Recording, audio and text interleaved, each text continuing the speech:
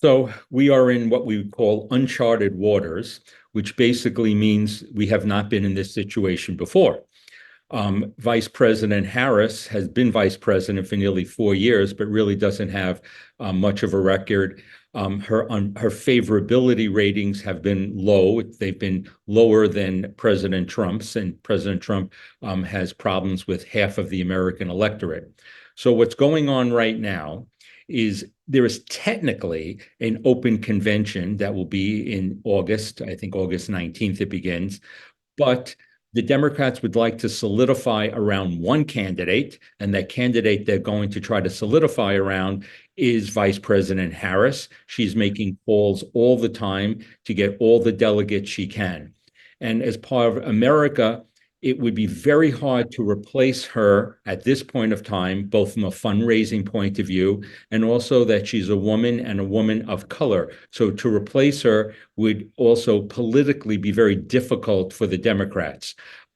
So I think she is the high likelihood that she will be the nominee.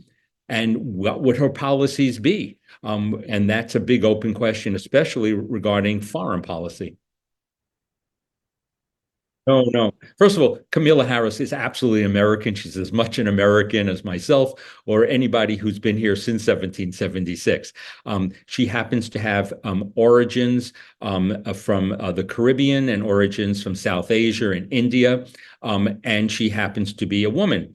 So removing somebody who has those characteristics is something politically very hard to do. Somebody should, however, in my view, be just chosen based upon their merit. And she was a prosecutor in California, an attorney general. She was a short-term a United States senator and a vice president. But again, we don't know what her positions and her track record are. Does she have a good chance? I think it's 50-50. And the reason is President Trump has probably 50% of the American people that want anybody but President Trump based upon his personality and sort of attacking other candidates personally. So I think this is going to be a very close election, just as it would have been with President Biden. But I do want your viewers to hear something very important. President Biden is going to still be the president of the United States for about 5.5 more months.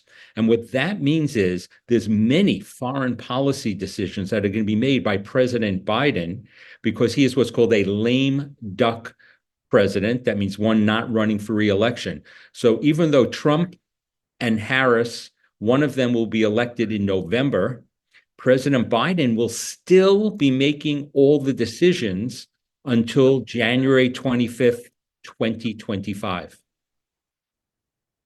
It most certainly will affect it. We don't know how much it will affect it because we really don't have a history of what could be President Harris's policies. But let's break it down issue by issue.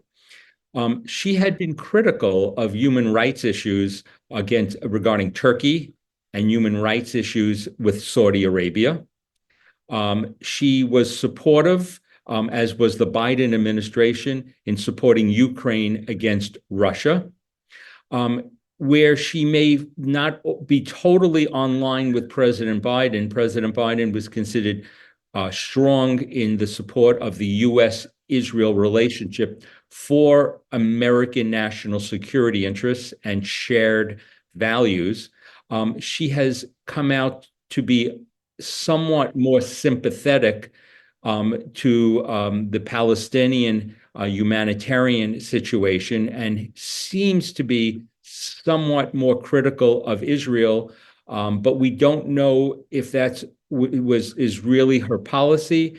Most people think what you see with President Biden today is what you will see with President Harris going forward, but you really don't know. And by the way, President Biden, for your close neighbor, Iran, has not been forceful.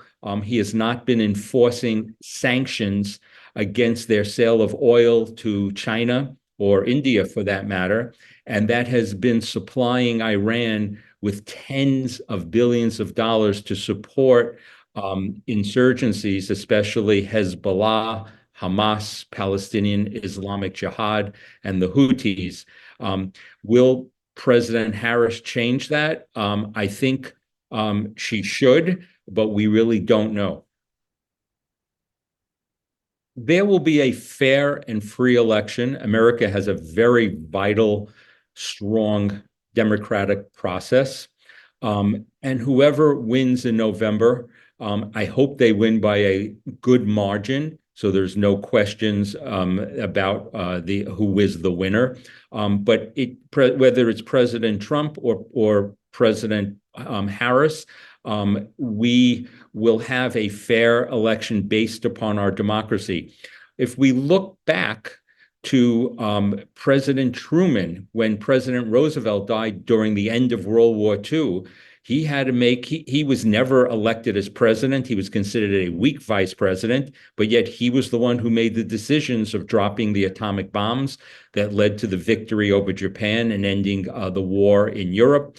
So vice presidents who are not well known sometimes can set a legacy for the future. But the democratic process here in the United States, despite what you hear, is still very, very strong.